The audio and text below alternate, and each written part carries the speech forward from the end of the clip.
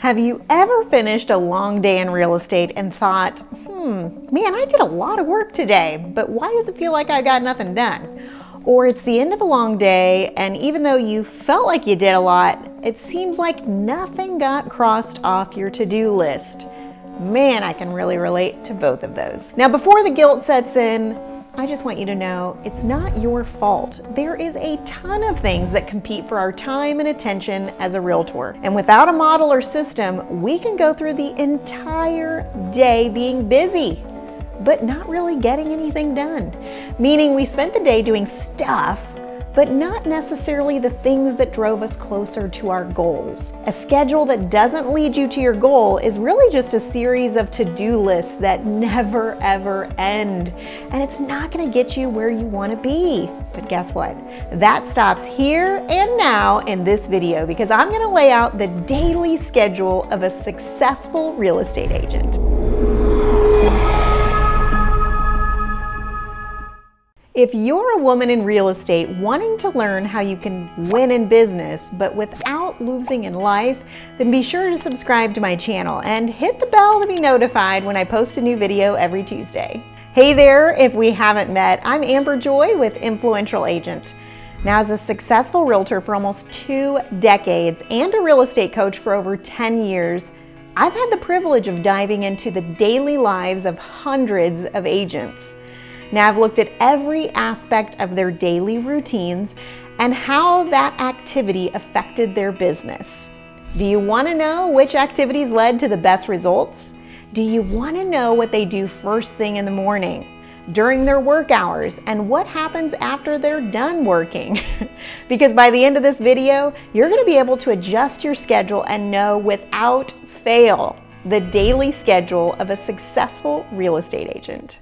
Now, let me start by saying your day actually begins the night before. Stephen Covey said, the key is not to prioritize your schedule, but to schedule your priorities. Man, I just love that. So spend 5 to 10 minutes reflecting on the one thing that you'd like to do that following day that's gonna drive your business forward. Then do your best to go to bed by 10 p.m. so you can get at least 8 hours of sleep. 7 to 8 hours is really what we all need. Now, if you're a night owl, you're probably thinking, I'm not gonna go to bed that early. And I used to be too, but trust me, once you see the power of getting up early and how much you can get accomplished and how rested you feel when you get up, you're gonna wanna hit the sack early too. Plus, you're gonna be tired. All right, now let's talk about your morning routine, or as I like to call it, your morning ritual. You are a hardworking agent who pours into everyone that you interact with, but who pours into you? This is an important question to ask yourself because you can't take care of others if you aren't taking care of yourself. Now, I had to learn that the hard way. The morning should not begin with checking email or social media, because jumping into email first puts you into reply or reaction mode, and it distracts you. It's wasting your fresh mind, and it derails your productivity in the morning. I can say that from experience. Now, I heard someone say that when you check your email, you're putting yourself on someone else's schedule instead of your own. That is so true. And contradictory to popular realtor belief, email can wait. There are very few things that are true emergencies. Now, I used to struggle with this so much. I literally couldn't brush my teeth without having my phone right next to me checking email and social media. But once I realized that checking those things was just an excuse to lack direction, I made the decision to stop the madness. Now, admittedly, once you break this distracting habit, it's easy to fall back into it, so be mindful of it and be sure to write out an intentional morning ritual that you plan to follow. Now, a morning ritual helps us to set the tone for the day. It better allows us to control our schedules rather than our schedule controlling us. And as we start each day fresh, we can make sure we're focusing on what's really important. Now, my morning ritual is focused around 3 areas, and that's mind, body, and spirit, in no particular order. Mind. Now, this is waking up conscious of your thoughts, waking up with the expectation that the day is going to be great. It's thinking about all the things that I'm grateful for and affirming all my intentions for the day. Now, this could even include feeding your mind with a devotion, a podcast, affirmations, or an audiobook as you get ready for the day. Then there's body. This is all about your physical well-being. It's about staying healthy so you can fulfill your calling. Now, I've struggled in this area, but my newest obsession is Pilates, and my husband and I are doing it together, so it makes it more fun and it's time we can spend together. But it's important for you to find your thing and get your body moving. Spirit. Now, this is taking spiritual time each morning and making your faith a priority. Now, because I'm a Christian, this time includes prayer, worship, and meditating on God's Word. I personally could not have survived my career or life for that matter without this time. So you need to decide what this time should look like in your life and make it a priority in your morning ritual. Now, once you establish what that ritual is, then you're going to be able to reverse engineer how much time is needed to complete all of those tasks, and then you'll know what to schedule. And as Michael Hyatt says, make sure you take into consideration your season of life. I know for my husband and I, we have kiddos at home still, and they've got to get ready for school and a lot of other things that entails. So my husband and I get our morning routine done before they get up. It's just what works for us. Now, I spent a lot of time on that last part about morning routine because starting your day right makes the biggest difference in how the rest of your day goes. Moving on, it's time to go to work. So whether you drive to an office or whether you work from home, I highly suggest that you set work hours for yourself. I know for me, I'm at work by 8:30.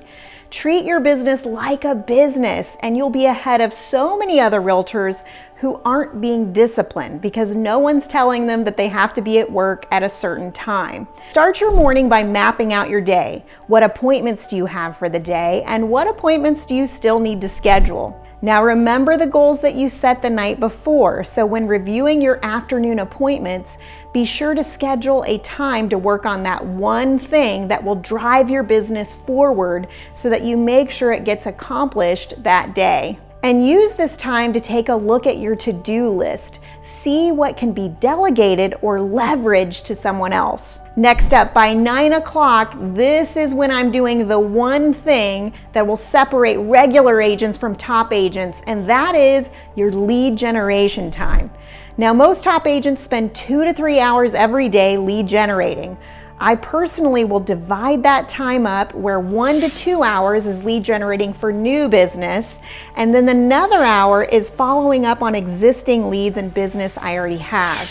Now, your lead gen time should be done before noon whenever possible, because as a realtor at around noon, stuff can hit the fan. Now, you know what I mean, those little fires that begin to pop up that you need to give your attention to. So if you get your lead gen done first thing in the morning, no matter what happens the rest of the day, you are good to go and you're gonna feel great. You're gonna know that you did everything you could to have leads in the pipeline year round. Now, we are very intentional with our lead generation activities, and we have an exact mapped out schedule of what to do each day in that set time slot so we can hit the ground running. So we now have covered what a successful real estate agent schedule looks like before lunchtime, and I'm curious, what does your morning routine look like? Let me know in the comments. Now for lunchtime, try to step away from the office, get out into the fresh air. If you got extra time after eating, send a sweet message to your spouse or kids,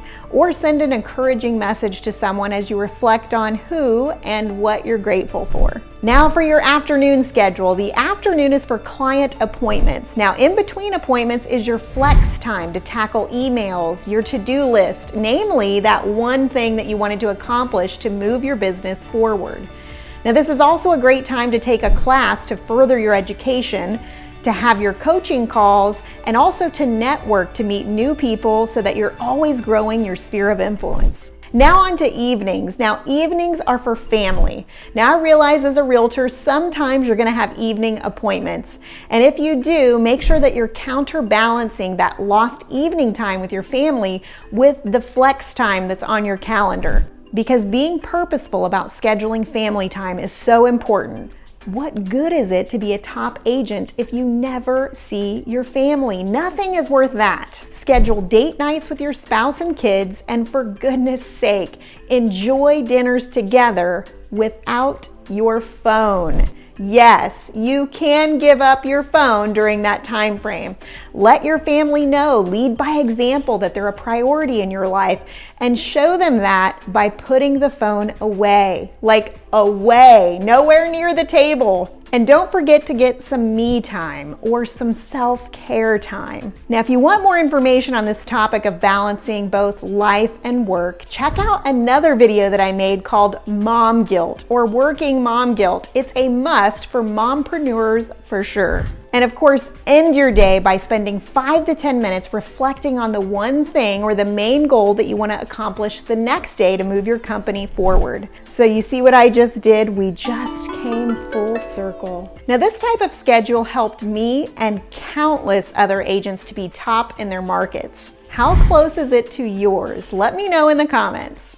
Now, I believe wholeheartedly that you too can have this same schedule, but beware, a little bit of a warning here. Beware of stinking thinking. It's that little voice that started poking holes in this schedule the minute you started hearing about it and telling you why this couldn't or wouldn't work for you. Change can be challenging, but maybe it's hard because it matters.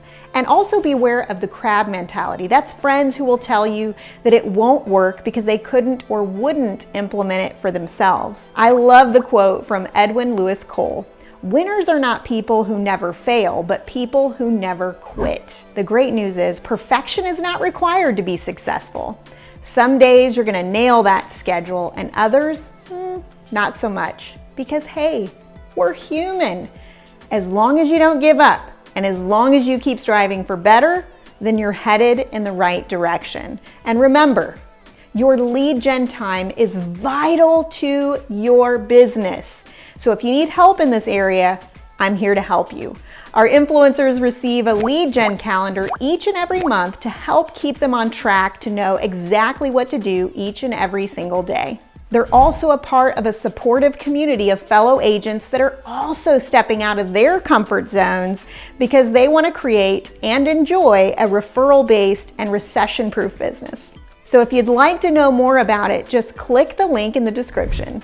Now, if this video was helpful to you in any way, I am so glad. Please consider subscribing to my channel and share this link with a realtor friend who may be looking for some ideas on how to get their schedule back on track. Just click the share button below and send them some words of encouragement because girls compete, but women empower. Bye for now.